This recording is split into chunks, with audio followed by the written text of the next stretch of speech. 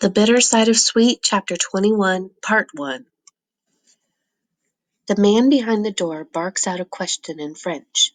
When he speaks, the pockmarks on his cheeks stretch, making him even uglier. Khadija stares at the man for a moment, then answers him, switching out of Bambara. He replies in clipped tones and slides the little metal window shut in our faces. "No!" Khadija pounds on the door. "You have to let us in!" The guard doesn't answer.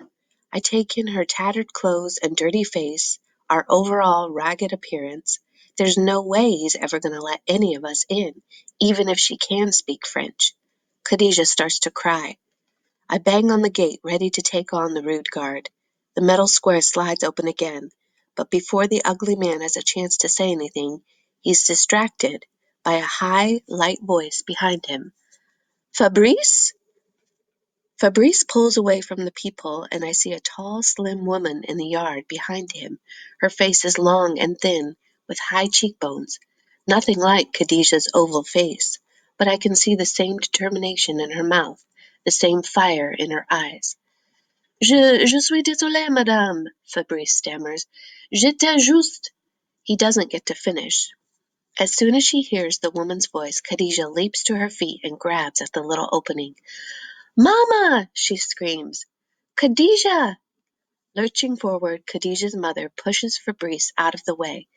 She swings the door open with all her body weight, and the two of them hurl themselves into each other's arms. "You're all right," her mother keeps saying, holding her face, stroking her hair.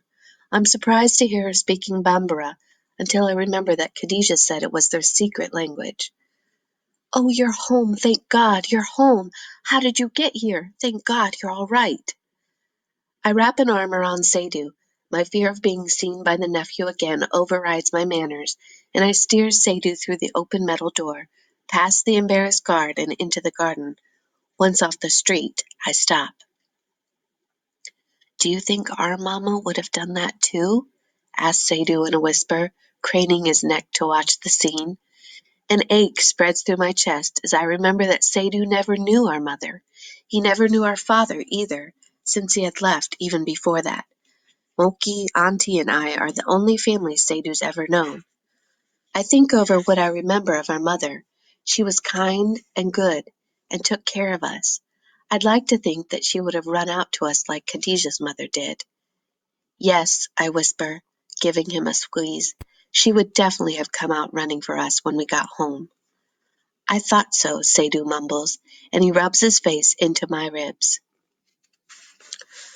We stand there, waiting to be invited into the house until Khadija and her mother reach us, tightly wrapped around each other and murmuring softly through tear-stained faces. "Mama, this is Amadou, and that's Seydu. They helped me escape and get home." Khadija points to us but doesn't let go of her mother. Her mother frowns slightly. "Khadija, pourquoi tu ne parles pas français?" "Amadou and Seydu only speak Bambara, Mama." "Oh," she says and switches over too. To us she says, "Why do you only speak Bambara?" "We're just poor boys from Mali, Madame," I say, trying to be as polite as I can. "We never learned French." "From Mali? Really?" Her eyebrows shoot up. She looks at us all again, this time really seeing us. I remember that she's also from Mali originally. "Goodness gracious, you're all filthy. And I bet you're hungry, too." Seydu tucks his head behind me, suddenly shy. I see her staring at the stump where his arm should be. It reminds me why we came. "Seydu lost his arm a few days ago," I say. "They cut it off because it was infected. Khadija said you could get a doctor to look at it for us." For a moment she blinks, taken aback.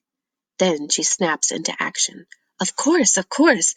Let's get you some new clothes and a bath and some food, and we'll all feel better to talk then. Please, boys, come in. I'm Fatima Kablan, Khadija's mom. You can call me Madame or Mrs. Kablan. Now come." And with that, Mrs. Kablan ushers us into the house. Once inside, I tense again.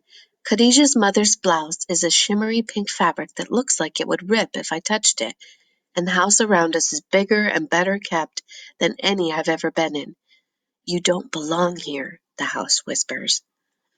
Sadhu is so overwhelmed with the grandness of the house that he walks in a slow circle, eyes wide, taking in the solid concrete walls, the sofa and table, the tiles on the floor, the decorative bars on all the windows to keep robbers out.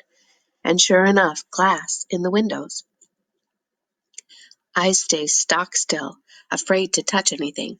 Sadhu runs his fingers over everything in sight. "Stop it!" I snap. He startles. "Oh, he's fine," says Mrs. Coblin absently. I tell myself to relax. "You're fine," I say. Sorry I yelled. But he comes and stands beside me, afraid of making me angry. I sigh. I should be happy. We got off the farm. We crossed the entire country.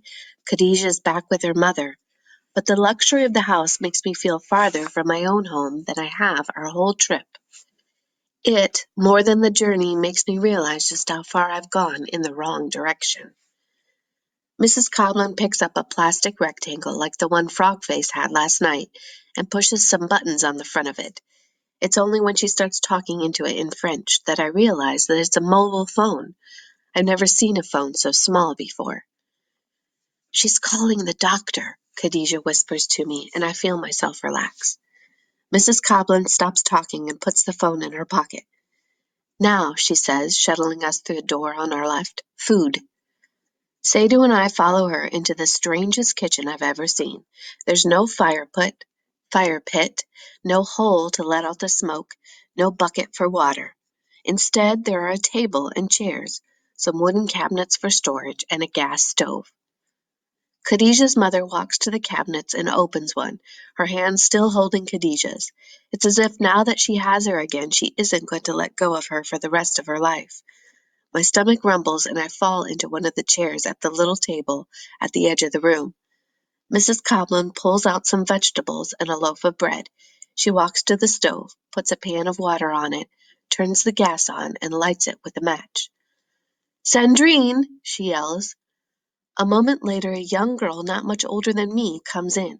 She has long lashed eyes set in a heart-shaped face, her puff of hair held back by a band.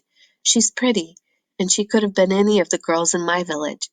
She looks so much like Sadhu and me. As soon as Sandrine sees Khadijah, she runs over to her and throws her arms around her, exclaiming in French. Khadijah hugs her back. Then Sandrine lets go, and wiping at her eyes, turns to Mrs. Coblin. When Mrs. Coblin starts ordering her around the kitchen in French, I realize that Sandrine is the maid Khadijah had mentioned. She helps Mrs. Coblin cook the food.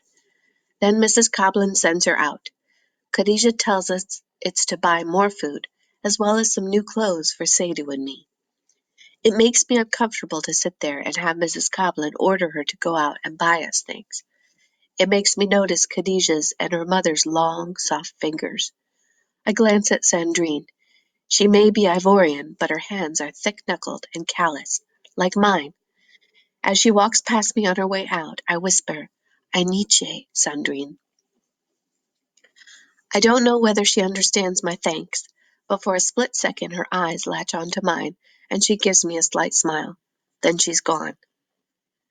Mrs. Coblin puts a bowl of thick stew in front of me. I see chunks of chicken meat and tomato and onion, and my mouth starts to water before I even taste it. She hands us each a thick wedge of soft bread and a tall glass of fruit juice and tells us to eat. We haven't eaten since the lunch of smashed hard-boiled eggs on the truck yesterday. I don't need to be told twice.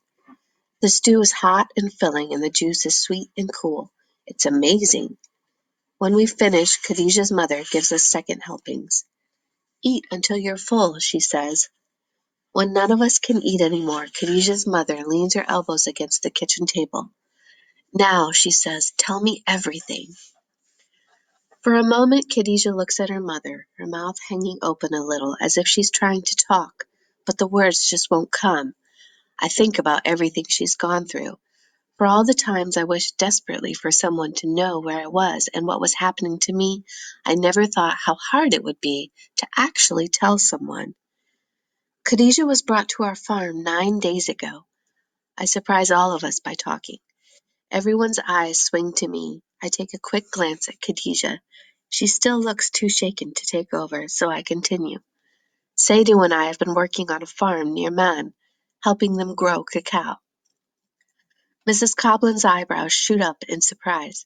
She studies the three of us, taking in our bruises, Khadijah's bedraggled hair and clothes, and Sadhu's missing arm.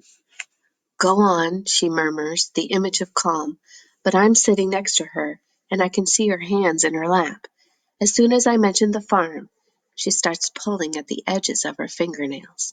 I go on. Well, it was odd because girls don't work on the farm and kids never arrive alone. It would cost too much for the man driving the truck.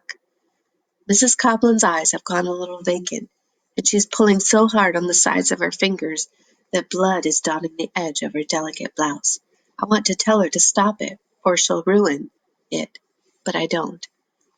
Anyway, she pretty much kept trying to escape every chance she got, and then 3 days ago we got away together, leaving out so much. Sadhu had just been hurt, and she told us that if we helped her get her home, you would get a doctor. So he came here with her. At this point, Khadijah breaks in. No, Mama, Amadou's not telling it right at all. He's the one who finally helped me escape. He set the farm on fire. He protected me from the other boys too while I was there. She turns and looks at me. I wouldn't have made it here without him, she says. At that moment, Fabrice opens the kitchen door and says something to them in French. Oh, good, Mrs. Coblin says to us. The doctor's here. Her tone is even and in control, but I take another peek at her hands.